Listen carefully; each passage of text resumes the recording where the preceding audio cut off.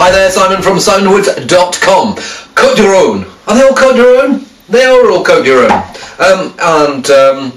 We've got three famous, well, no, not famous wines, but wines that you'll see quite widely in UK supermarkets, and then one from a small domain, which is a bit more expensive, but is it a bit classier? We'll find out. First one. Used to be called La Chasse du Pape. No idea why they changed the name. It's now called just La Chasse, the Hunt. So great mix here. Grenache will be the dominant one, and then there'll be Syrah and Mourvèdre, and maybe a bit of Cinsault. Probably those are the four main ones. Well, this smells like it's going to be well, winter warm is maybe the wrong expression, but because it feels like there's a bit of freshness along with the robust, rounded fruit. Plums, berries, typical what you call Côtes du Rhône characters mixed in with this spice, but there's also something slightly leathery, maybe even a bit of iron in there. Yeah, what I call the life beyond fruit. So it's not just the characters that are to do with the grape varieties and the winemaking. Something of the soil has been sucked up into the wine. It's funny, I thought it was going to be fuller bodied than that. There's a richness about it, and there's a warm, dusty juiciness, but I wouldn't be, you know what, I'd almost be tempted to stick that in the fridge, not for very long, like 15-20 minutes, just to chill it down slightly, get some of those fruit characters more to the fore. There's this lovely spice about it. There's juiciness mixed with characters of the soil, which I think will be accentuated by just serving it not quite. When I talk about room temperature to now, what's your thermostat set at? 20 degrees, 22? This idea of serving red wine at room temperature came about when people used to wear big thick sets of woolly underwear, and a room would probably have been about like 12, 13 degrees.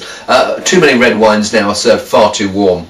So yeah, I'd stick that in the fridge for 20 minutes and just take that little bit of heat out of it and bring some of that juicy, voluptuous fruit to the fore.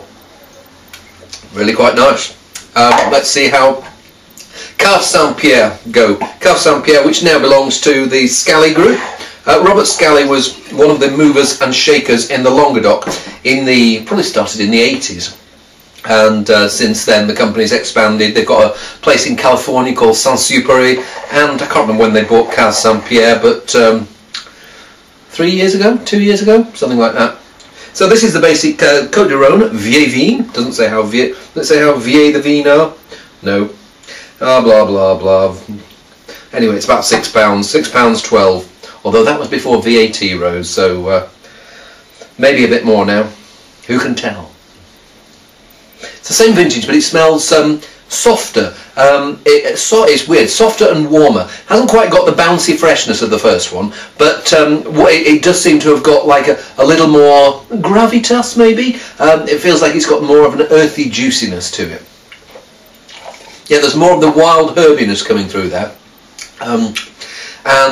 Whereas, yes, I said chill the first one. This one is very much full-on meaty stew wine. Bring out your roasted game, go out and shoot something and cook it for a long time, or cook relevant bits of it for a long time, and sit there with a flagon of this and have a rollicking good evening. It's that type of wine. It's a gutsy, yeah, rustic in the best sense of the word. It's a swig me quick, crowd pleasing, very, very tasty wine. Prefer it to the first one. The first one is nice. This one has just got that extra layer of yeah, grip and grunt, for want of a better term. We like that.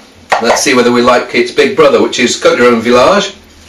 Same vintage, 2009, and it's about £3 more. What's the difference, Côtes du Rhône and Côtes du Rhône Village? Well, the whole Côtes du Rhône area, southern Rhône, which is where 99% of Côtes du Rhône comes from, there are these places which are highly favoured. Châteauneuf-du-Pape is the best one. Next tier down, places like Vaqueras and Gigondas. Starting from the bottom end, there's bog standard Côtes du Rhône.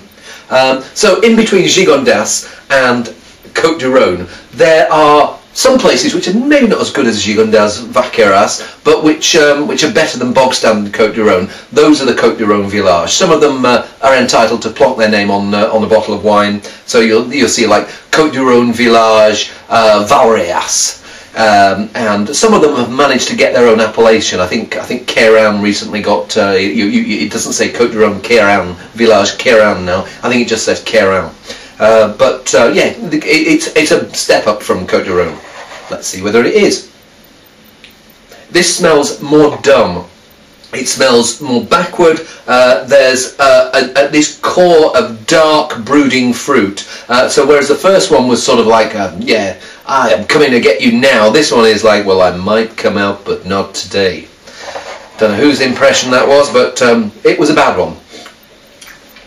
Yeah, an extra layer of warmth, extra layer of spice. Not sure what the difference in alcohol is here. What are we on? 14.5% for that. Golly.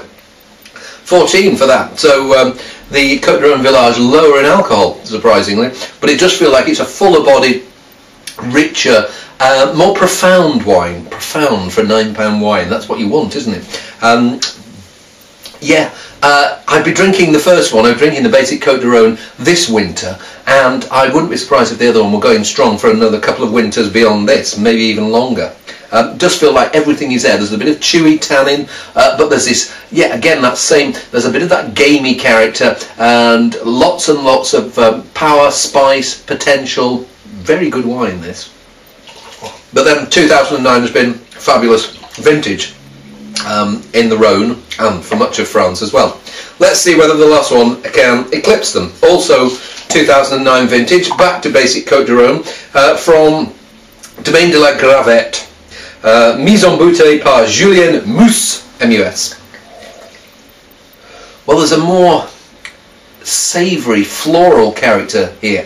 It doesn't feel like it's going to be fuller bodied than the previous wines, but it does feel like, as well as the richness, depth, and honest rustic earthiness, there's a little more, I don't know, a few more higher melody line or more grace notes, more yeah, just a bit more going on. I mean, I like the one before, but this one feels like it's got it's called Domaine de la Gravette. Maybe it's got a little more gravitas. Actually, no, gravitas is wrong. It feels like it's going to be a daintier, finer wine, not fuller bodied, but just got more things going on in it. And that's really, really very tasty. Take the earthiness and the richness and that nice rusticity of the two Cave Saint-Pierre wines.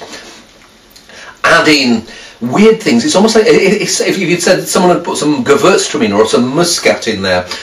It's got this rose petal, floral, a bit of violet maybe, but loads of spice. This warm, rounded, peppery character, and I really like this set of 4 wines. And this one, what price on here? £10.95. Dearie me, there's a lot of worse wine out there at £10.95. This is pretty tasty stuff.